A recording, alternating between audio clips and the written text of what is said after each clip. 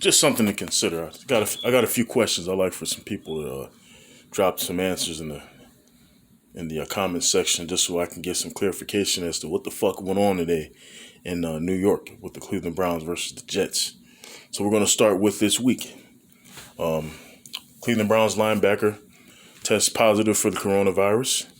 Literally a day before the game, hours before the fucking game against the Giants, they do contract tracing and decide that four of the five Cleveland Browns top receivers, and the guy who's fifth on the depth chart is a guy I've never even heard before. Hasn't played one game for the Cleveland Browns this year. Four of the Cleveland Browns top receivers are ruled out of the game because of risk of having coronavirus. None of them tested positive for coronavirus. They were at risk because they were in the same room with the guy. In that case, the entire team should have been, the entire coaching staff, the entire team should have been out of the game. That's number one.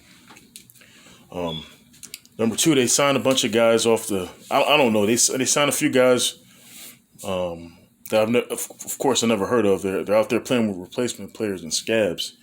Kevin Stefanski in the press conference this evening, he swears that he didn't have to change the game plan, but I find that a bunch of bullshit because something went on with the Cleveland Browns flight. I think they got to New York late. They actually had to do a walkthrough in the parking garage when they pull up to the stadium, just so the new guys can catch up to speed of what's going on. It was just a mess, man. The whole thing was a mess. For some reason, Kevin Stefanski and also one of our top offensive linemen had tested positive for coronavirus, and another one of our best linemen, J.C. Treader, was out. So for some reason, with four top receivers out of the game, can someone tell me what the hell was Kevin Stefanski thinking when he called plays for Baker Mayfield to throw the ball 53 times? 53 times with a bunch of scabs out there? I don't get it. And the thing that's really mind-boggling about it is Baker Mayfield's 1-8 when he throws the ball more than 40 times. So what was he going through in his head when he decided that was going to be a successful game plan to beat the Jets? Seems to me that this was extremely fishy. And I've watched plenty of fishy Cleveland Browns games over my time. Plenty of fishy moments in fishy games. That game, I know a fixed game when I see one. You can't tell me nothing. I don't give a fuck. You can't tell me nothing. I know a rigged game. I know a fixed game when I see one. The fix was in as soon as I found out that, and I've never seen anything. The fix was in as soon as I found out that four of the Cleveland Browns receivers, two offensive linemen, that's six starting players on this offense. There's six players out of this offense, coronavirus. Why wasn't the game postponed? Why wasn't the game postponed? I know the fix was in as soon as I heard that.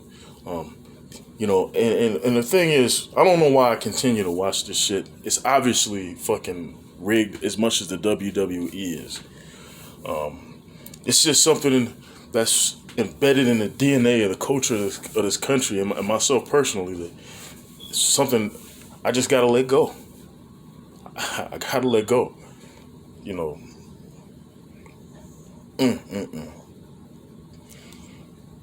And as much as I've watched these guys, man, as much as I probably saw every single professional snap from Baker Mayfield.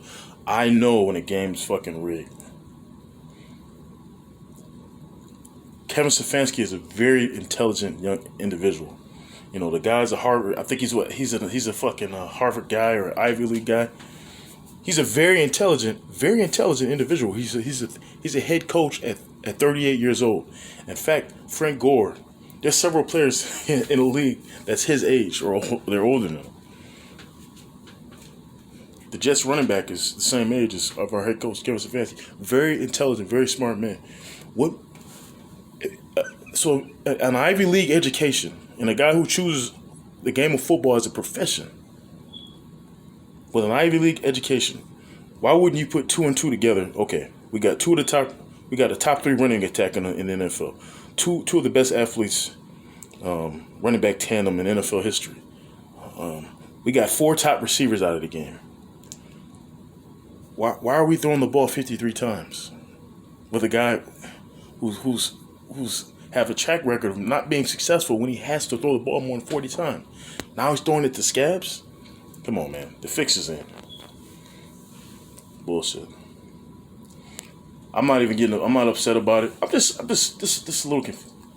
Just thought I'll throw that out there, man. If anybody has any ideas or as to convince me that this isn't a fucking conspiracy, God damn it, convince me. Because that was some bullshit, man. Congratulations to the fucking Pittsburgh Steelers. They took care of business.